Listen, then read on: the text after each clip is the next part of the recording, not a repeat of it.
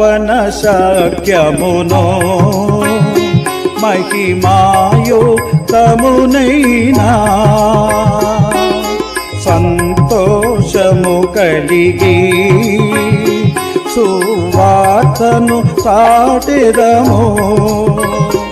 ఆకాశము క్రింద ఏ నామమున రక్షణ లేదని చాటెదము.